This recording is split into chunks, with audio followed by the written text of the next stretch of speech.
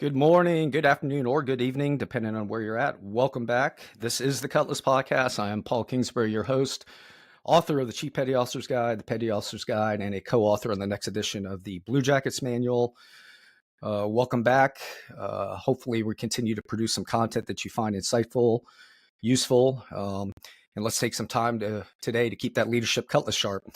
So first, before we dive into that, on the Navy side, I just want to say congrats and give a shout out to all the new Navy Senior Chiefs and Master Chief Petty Officers. Those results came out several weeks ago. So great new milestone, great opportunity for new leadership positions.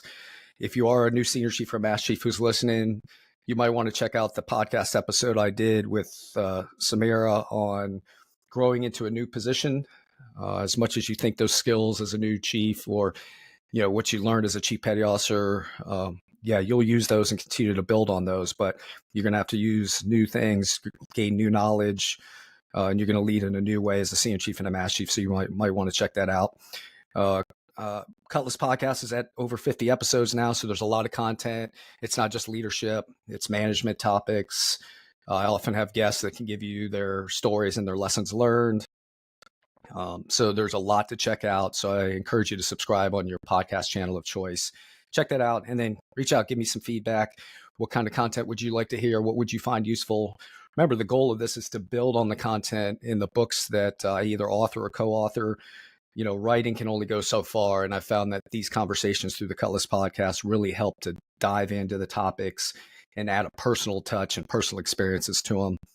I was recently a guest on the Lead Up podcast with David Deary out there at the Enlisted Leadership Foundation. So if you haven't had a chance to check that one out, you might want to check that out. That was an interview with him. And I really enjoyed that opportunity to have that discussion and catch up with Dave. So he's doing some great work out there in San Diego with the Enlisted Leader Foundation.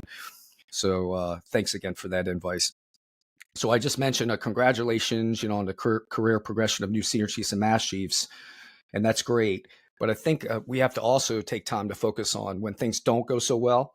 So I think today's episode is going to get in this topic of what would formerly be called career derailment.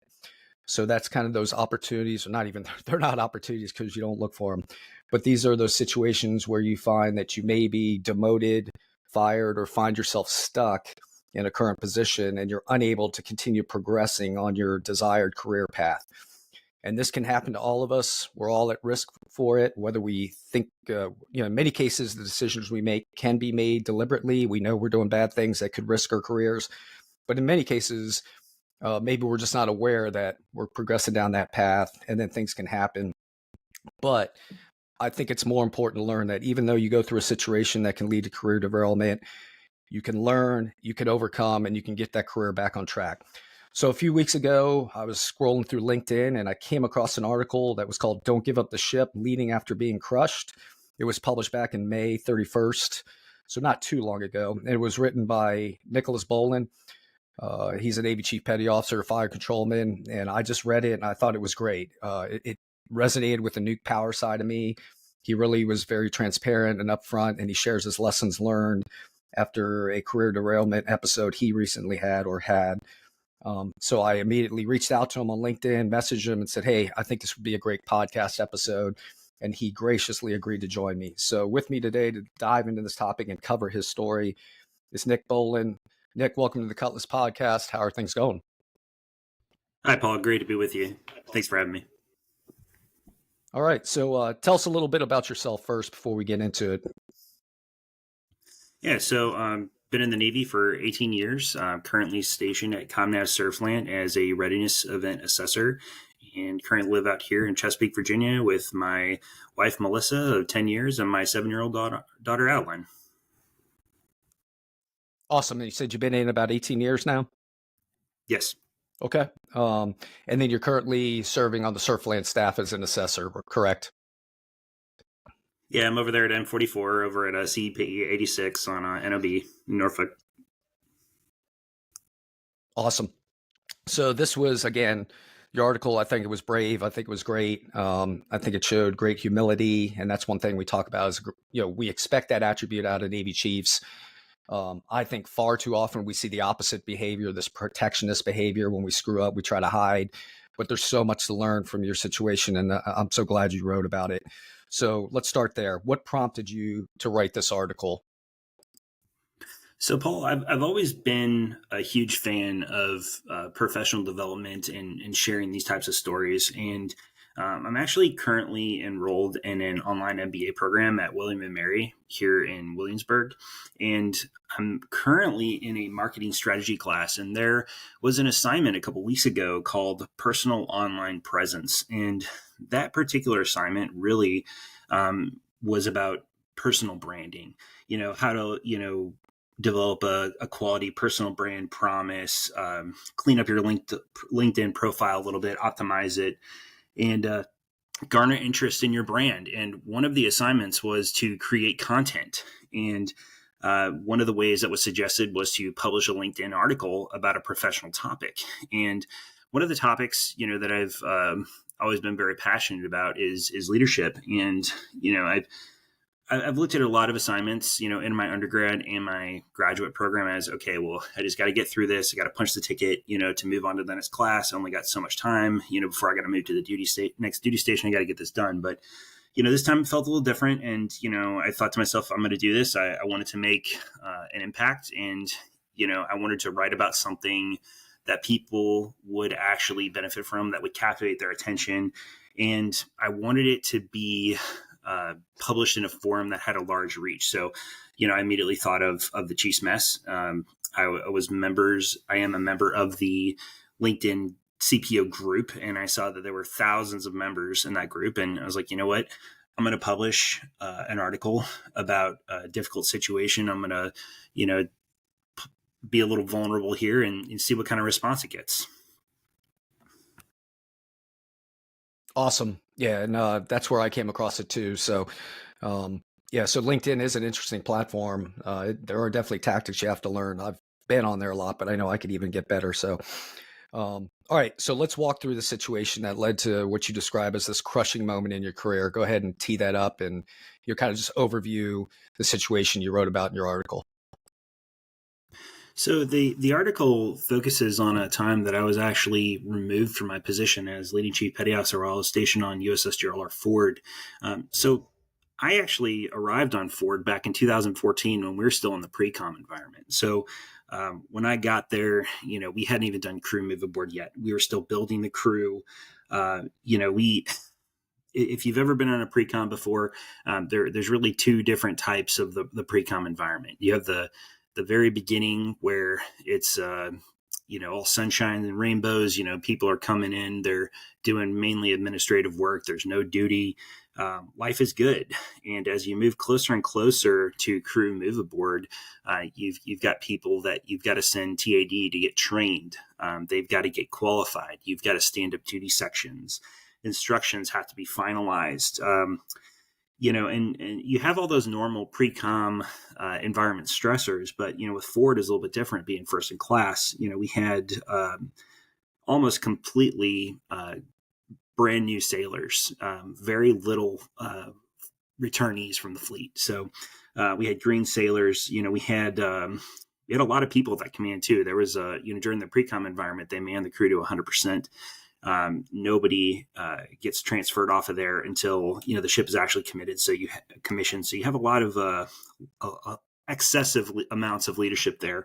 We had a lot of new technology that we're trying to learn. I was in particular in charge with the oversight of the dual band radar, which was a first of a kind, one of a kind radar on that ship. So phased array radar, similar to what we have on Aegis cruisers and destroyers. So a lot of eyes on us from, political standpoint. You had high level officials constantly that, coming to the ship, the pressure of the shipyard, to finish the ship on time and meet deadlines, and after the ship was commissioned, we had an unpredictable schedule. It was in and out, in and out. We came back in for a second yard period. We had independent steaming events, manning issues, after the commissioning. And during all of that, I was leading a division, with green people. I had little knowledge myself on these systems. We're learning it as we go. And, of course, I had, the collateral duty load. I was the 3MA for combat systems. So I was an LCPO of a division that had, novel technology that we were all trying to wrap our brains around. I had one of the most manpower intensive collateral duties. And on top of that, I'm trying to stand watch, as in combat. I'm trying to get qualified as, TAO and ADWIC and all of those different watch stations, as well as running the CSAL organization at one point. It was tough. And on top of all of that, we were getting ready to do our combat systems qualifications, tests, and trials. So shooting weapons for the first time, a lot of really high level evolutions were, getting crammed into a very short timeline. And, I just, at that point, I just came to a point where I had to pick and choose, what events I could be at. So it required me to, take a step back, and it, from my day-to-day divisional duties. And I had to delegate a lot of things that I wouldn't normally delegate. And that resulted in a lack of engagement, lack of oversight, and just less face time on the deck plates with my sailors. And, throughout that whole process, the maintenance schedule, the actual underway schedule of the ship just was really wearing down my guys. Especially in a fire control division, it's maintenance can crush these guys. I mean, they are doing maintenance 24/7. They are, the mechanics of combat systems. And, we had morale issues. We had personality conflicts within the division. Overall, the climate just turned very toxic. And, without me being engaged to help mitigate that, I had some of my sailors voice concerns to my chain of command, and they had brought in some folks to do some focus groups, and found that there were some pretty severe climate issues in my division, and they were directly related to my failure as an LCPO to mitigate and correct those issues. So subsequently, I was removed from my position and reassigned to other duties. Okay. So a lot going on there. We don't have time to dive into it. Because this is your piece of it, but whenever I've written about this, I've talked about this too. There's definitely some organizational factors that were contributing to line up to this as well. But let's talk about you and your initial emotional reaction. So how were you notified? How did you react to the situation, this challenge? And then why do you think you reacted that way initially? Well, my first initial reaction was, I was definitely concerned. I was like, my chain of command was like, told me that they were going to bring some folks in and, find out what the issues were. And of course I was, very receptive to that, because I wanted, if there was an issue, I wanted to know what it was, and I wanted to be corrected. And a couple days later, after, we had a few meetings with some of my sailors, and individually and in small groups, I was debriefed on what the issues were. And honestly, my first impression was I was just angry, because I was basically, all the facts were laid out. I was angry because, some of the things that they told me, I wasn't aware of, and that really bothered me. And, also it was, really hard, to hear that, I was failing when I felt like I was working my tail off. I was being pulled in a million directions. And, quite frankly, I saw a lot of people, a lot of my peers in the chief level, that weren't working nearly as hard as I was. But, it was kind of hard to hear, like when you feel like you're working really hard, that you're doing a terrible job. And, after that, kind of had an onset of being really sad, that, my sailors were in such a terrible place, and that they were living in a miserable environment. And I just realized, I'd failed at my most important charge of creating that, team environment in my division.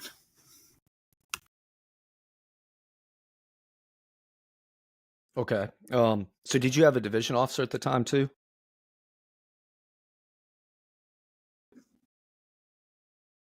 I did have a division officer, and he had a situation very similar to mine. He was double tapped as not just the fire control officer for my division, but he was also tapped as the systems test officer, because that billet was gapped. So, he also was in a similar situation where he was probably not as engaged as he should have been either, because he was also getting pulled in a million different directions. And, we had a very, very, very difficult dynamic, because we just didn't see each other a lot. He was off doing his thing, I was off doing my thing, and the division, for, I would say, probably 80% of the day, they were kind of fending for themselves. Copy. And yeah, you mentioned earlier, I have been on a pre-com. I was on Ronald Reagan and pre-commissioned on her. I was a Navy nuke, so less administrative time. I did do a lot of administrative work because I was running the reactor training department, but right away we're in the plants, kind of engaged. But it is a challenging environment, and there is a huge transition from happy shiny all the way to the sudden ramp up to get certified and get the ship turned over and things like that. So it is a tremendous workload. So all right. So as we go, and I want to make sure this just isn't from your perspective and what you learn. That is one perspective. But for the listeners, there's some points I'm going to make in here about leadership from the perspective, right? So Nick mentioned about feedback. I want to dive in there a little bit. As far as I'm concerned, you shouldn't have been blindsided like that, right? So if you were getting performance feedback and coaching along the way, so I see some breakdowns in communication and leadership from those above you and at the departmental level. So let's talk about your article. Your article went into, obviously you did some self-reflection. That's great. I talked about the importance of that. I think you probably went through some stages of grief, right? So the anger, I don't know if there was any denial or anything, but finally you got to this kind of acceptance. Okay, here it is, right, wrong, and different. And you offered 6 lessons learned that I'd like you to build on. So let's go on each of these one by one. So number one was accept feedback. So tell us about that one. Yeah. So for me, I did go through a little bit of denial, just like you just mentioned, and because I just didn't want to hear that I had failed. Because quite frankly, I have never been fired. I had never been told that I had done a terrible job before. So that was something really hard to hear, and I was not prepared mentally to have that conversation. So, and that's the thing about accepting feedback. You have to be willing to receive that feedback. And if you know that you're a person that doesn't take well the critical feedback, you have to do some self-reflection, maybe do a little self-talk, because you're going to find yourself in that situation. And if you're not prepared for those hard conversations, you're just not going to receive it. And, the same thing goes for leadership. They need to be prepared to give that critical feedback. So it goes both ways. You have to be prepared and want to receive it. And your leadership has to be prepared to adequately communicate that to you. Yeah, absolutely. And I saw this when I was on active duty. There'd be a lot of talk. People would recognize in certain people, and not just in the chief's mess, in the wardroom, it doesn't matter. Within the division, right? People would know those who were struggling. And I just saw this, I don't know if it was a common theme or propensity, but this kind of like just letting them hang. No one would engage them with coaching and feedback, and they just let them roll down this road to failure and then bam, come in with a hammer when it just always blew my mind. Instead of going, hey, we've got a person who obviously, as we've discussed before the podcast, at least in the Navy, you're in many cases, you don't have the manning you need. So every person on the team is important. They all are developing. They all require coaching and feedback. So I don't like this, and leaders need to reflect on this. Why wouldn't you engage and give the people your feedback that they need, right? Because I'm telling you, just to recover from that, and the emotional toll it took on you and your team, by the way, right? They saw their chief get fired and their division officer go through some stuff. That's a big deal. But I also think the feedback you mentioned that could have probably helped was, what would you do differently getting feedback from your team? Is there something that you would have gotten there that could have helped? Yeah, feedback really is an iterative process. It's not like you're just saying like all encompassing at one particular moment in time. It has to be continuous. So encouraging that feedback can, by creating an environment that's positive is really key there, because if your folks don't feel comfortable, criticizing, your leadership decisions in a safe place, you're just not going to get that feedback. So it's important to be able to have that candor with your sailors, and really teach them how to craft effective feedback. A lot of times you might just get feedback, well, I don't like the way that we did this. I'm like, okay, well, we need to break this down a little bit. Why didn't it work? What could we have done better? Things of that nature. Yeah, absolutely. Um, yeah, and even in Nuke Power, we were big on, this kind of post-event debriefs, right? Those are those opportunities to learn, or even at the end of the day, huddling with the team and just opening it up, creating that environment where you have the opportunity to go, hey, what did we do well today? What do we need to improve? What's coming up that I need to adjust?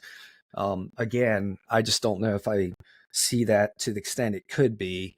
And I don't know why, but one other thing I want to touch on, you mentioned, is this problem of over delegation. The last Cutlass podcast was literally on the leadership style of delegation. It's really a management skill more than a leadership style.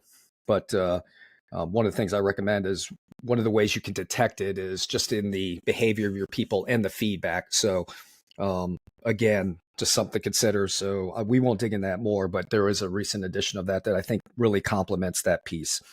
All right, the second point you made was take extreme ownership, and you bring up Jocko's book. So let's dive into that a bit. Yeah, so that was actually part of my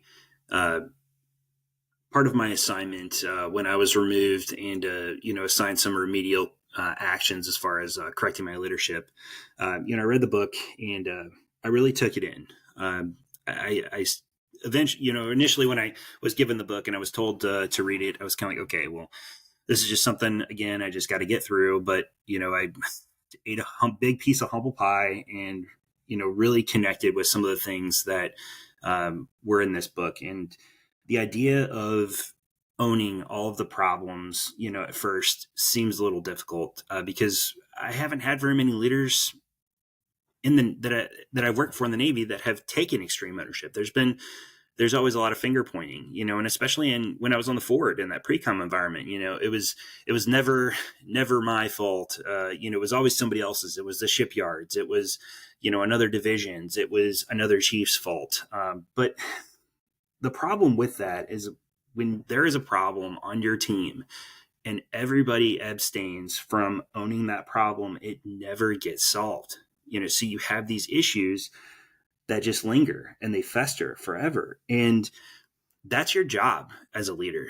Like, whether you want to or not, you own those problems. And, it's your job, to either solve them or put people in positions that can solve them. So, and I think there was a moment that was pretty powerful, after I had been removed.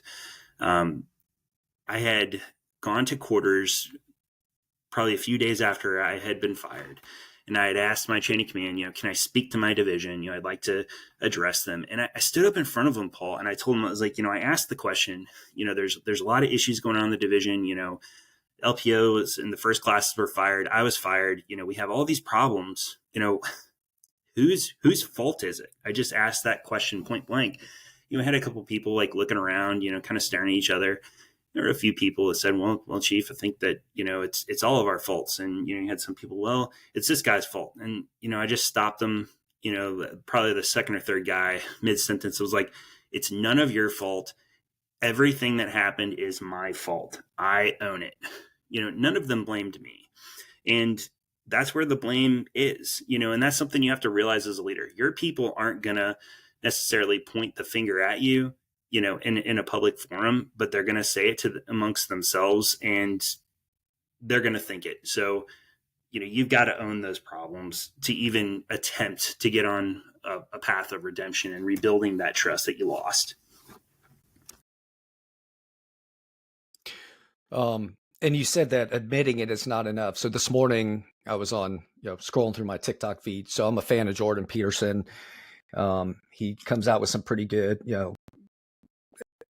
things in psychology and things like that. So today his thing was like on self-reflection. He's like, sit on the bed and ask yourself, what remarkably stupid things am I doing that will screw up my career and life? So asking that question is important, but the point he made then is like, and then are you willing to honestly answer them? And then what are you willing to do about the answer that you get, right? So I think that's your point about admitting wrong is not enough. So once you admitted it, where did that take you? So it really just brought me to the conclusion that, I need to seek that continuous feedback. And the feedback that I get has to be quality. I tried to, implement an environment where radical candor was the new norm, where people would, you know, it, challenge directly and care personally. And, you have to follow up. And, when somebody brings you a concern, that follow up is key, because if you don't follow up, um, they're going to know that you don't care. They're going to see right through it. So, admitting, like you're saying, admitting you're wrong is not enough. You have to seek that continuous feedback, and you have to follow up on that feedback. That's what's key there. Absolutely. And I applaud you for taking your piece of it. But I think there was ownership above you. You were within their purview of ownership. So again, if you were getting the feedback from them, I think there's radical candor that you were owed early on. I think there was performance feedback you were owed early on. So I think your departmental leadership had some of this reflection to do as well. Because if one of my sailors fails, and I'm sure it was the same with you, I have to look at myself first and go, okay, what did I not do? Right? What did I not do in the development model and basically the situational leader, right? Did I educate? Did I do my role with positive discipline? Did I educate? Did I explain the standards? Did I engage with active and frequent communication? Did I follow up? Did I coach? Did they have the tools and resources they need? Did I make sure the workload wasn't too heavy for what the force was able to handle? And did I provide channels of feedback for them to communicate back to me and then back to the leadership? When I heard that, what am I willing to do? When I hear that hard truth of, hey, we just can't get all of it done, what are you willing to do to help that manage it on your team? So that's what I would offer to the leaders above you. All right, earn trust. That was your next thing. Talk about that one. Yeah. So the thing about trust is, especially in situations like this, when you lose it, you can't just take it back. I mean, it's different when you walk into the room for the very first time, as like a leading chief petty officer or division officer or department head.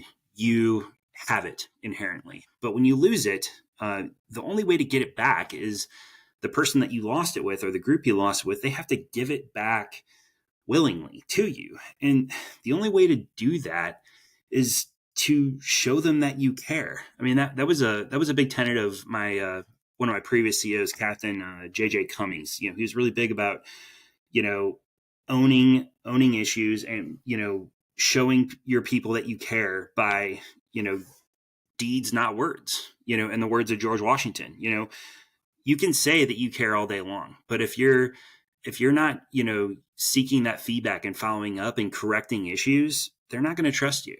I mean, it actually, I don't know if you're a fan, Paul, of Ted Lasso, but there was an episode on Ted Lasso where he had like a suggestion box, and in the locker room, the showers were broken, and they've been broken forever. And somebody put, a message in there like, "Hey, coach, the showers are broken." Well, he went in there and he fixed it. He didn't say anything, to the team. They just came in one day and they're like, "Wow, the showers work," and that meant a lot more than saying like, "Hey guys, I'm going to get the showers fixed." He actually went in there, rolled up his sleeves, and he did the work, and that those are the ways that you earn back trust. Yeah, absolutely. I love Ted Lasso, and I remember that episode. And again, right, sometimes it's not what you say, it's what you're willing to do that really earns the trust. And I like your point about radical candor. Again, I've made like 1, 2, 3, 4, 5, 6 stars right now next to things you've talked about that I've actually got podcast episodes on that complement the points you're making. So again, if you're listening, go back and listen to some of those. So all right, start with your why. I know I did a podcast episode on this one. So what do you have to offer with starting with your why? When I ran into this situation, the first thing I thought was like, man, what did I do wrong, and how do I fix it?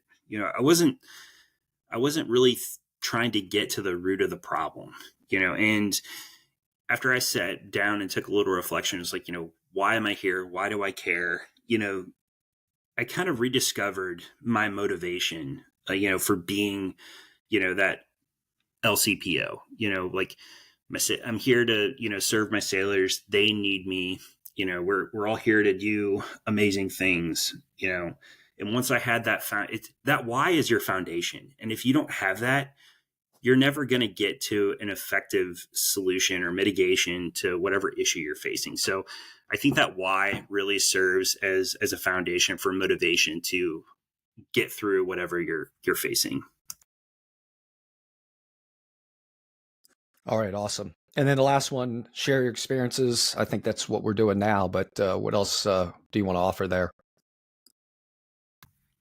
I think that sharing is probably one of the most important things that we do not do in the Chiefs mess. There's a lot of shame, centered around these negative career derailments, as you put it, and it's hard to talk about it. But if we don't talk about it, people are gonna, that are in similar positions are gonna find themselves in the same place because they didn't know how to deal with this situation. Or, if you have gone through one of these crushing moments and you see somebody going down that path, you should help them, get back on that path of the righteous sailor, and it's not just enough to share your feedback. You have to be good, at telling that story, because if you're not effective and you don't, with connecting, on a personal, emotional level with who you're sharing your story with, they're not going to care. It's like, okay, I could have read that on a Reddit forum, but it means something, when you make that connection and they can actually feel, like I can tell you, man, like when I was, getting counseled by, my PA, my department head, and I received a counseling chit as a chief, like I had tears running down my eyes. Like that was a hard moment, and, if you're effective at, really communicating, not just the situation, but how it felt and how it made other people feel, that's how you can take that experience, sharing that experience to the next level, and it's going to be more impactful in others. So I think that that's an important piece to that. Yeah, absolutely. So when did you make chief? It was back in 2016. Okay, so I mean, you've been in the mess a while. I had been in the mess in a while. So why do you think the Chiefs mess reacts that way? Why don't we share with each other? What is it? Is there a belief system in there that's counterproductive? I think you're familiar, right? We went through initiation, and there's this, if a chief stumbles, they don't fall. If they fall, they will get up. Kind of this, again, this belief system of a chief can't fail that I think is unrealistic and counterproductive to the things we're looking to, that really develop truth, or that really develop trust within the team and organizational learning. What do you think about that?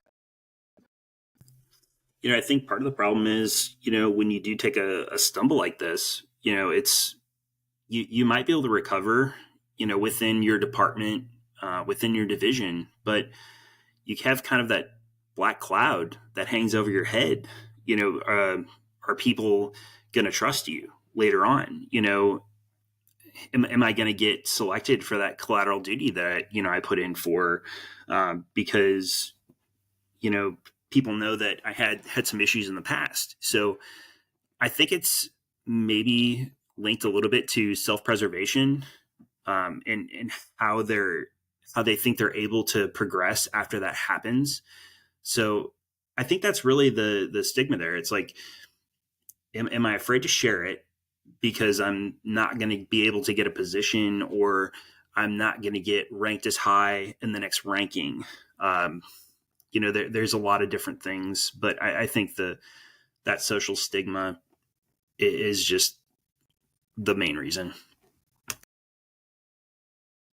Yeah, it's definitely tough. As a command master chief, I definitely had my times when I had to counsel chief petty officers, and I've seen them cry before, not just, not due to my like kind of approach, but just because of the, the personal embarrassment, I think, of um, all of these expectations of being a Navy chief. And I got it. The business we do is tough and it's hard, and we do a lot of high end stuff, and we operate systems that are dangerous. So I'm not saying that in some of the cases that's not warranted, but we are all human too, right? We're susceptible to this. And it goes back to, again, if we just had the LCPOs for the chiefs that realize, as a senior chief, now my real role is to shape, coach, and mentor my chief petty officers, right? And I often say, when you make senior chief or mass chief, you are taking steps away from the deck plate, right? I'm not saying you don't talk to your sailors anymore, but your real influence targets and the people you are grooming and developing are the chiefs under you and the senior chiefs under you. Or when you get in the command mass chief program, right now it's about grooming and developing LCPOs, the broader chiefs mess and the communication style you want there. Heck, you even get into developing and grooming commanding officers in the wardroom. And then when you get up on a flag staff, now you're grooming other command mass chiefs, right? So I just want to put that point out. We love that mantra of deck plate leader, but who you influence significantly changes, and who you owe performance feedback to changes as you move up too. So I'll throw that out there for senior chiefs and master chiefs to take and consider. And one, are you really coaching and developing those chiefs that work in your department or in your command the way you should? All right, so fast forward to today. We're years removed. How's your leadership approach different? I'm sure you've got some kind of methods in place now to kind of assess yourself and continue to grow and learn as a leader and manager. And then what would your advice be to those who may be in the same situation as you? Moving forward, Paul, that continuous feedback that we talked about earlier is key, and that aggressive follow up. In some cases, you really have to, pull that feedback out of people. So, when you make mistakes, just be like a goldfish and just forget it and move forward. Don't let it keep you in that same place. And, another thing is, intentionally take time, to visit your people. If you're a chief, go visit your division. If you're a senior chief, go talk to your chiefs. And it's not just a random thing. It has to be intentional.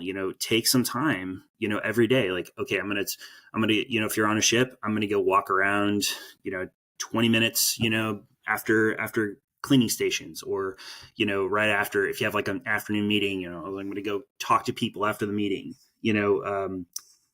I think lifelong learning is key, to make yourself a better leader.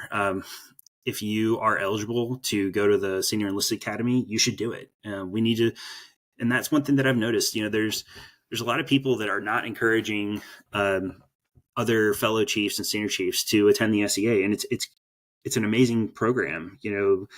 I attended during COVID, and it was a great experience. Seek secondary education.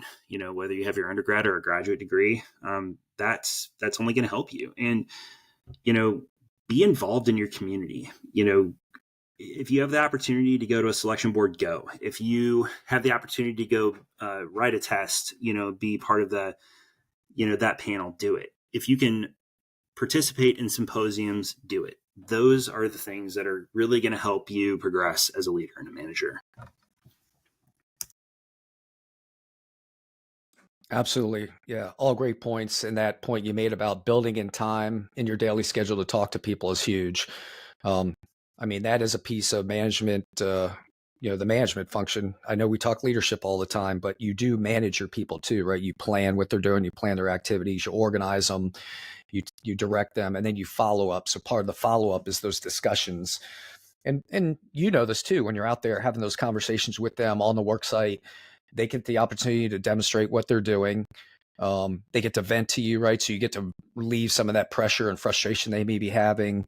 And it's a sort of reward power when you can recognize them and the things they're doing and show that you've got their back to the extent you can. So I can't underestimate the power of just walking around and taking time each day. Like you said, maybe only 20 minutes, but first of all, talking to those key influence targets in your division or department, and then walking it out from there, including your division officer or your department head or your commanding officer, executive officer.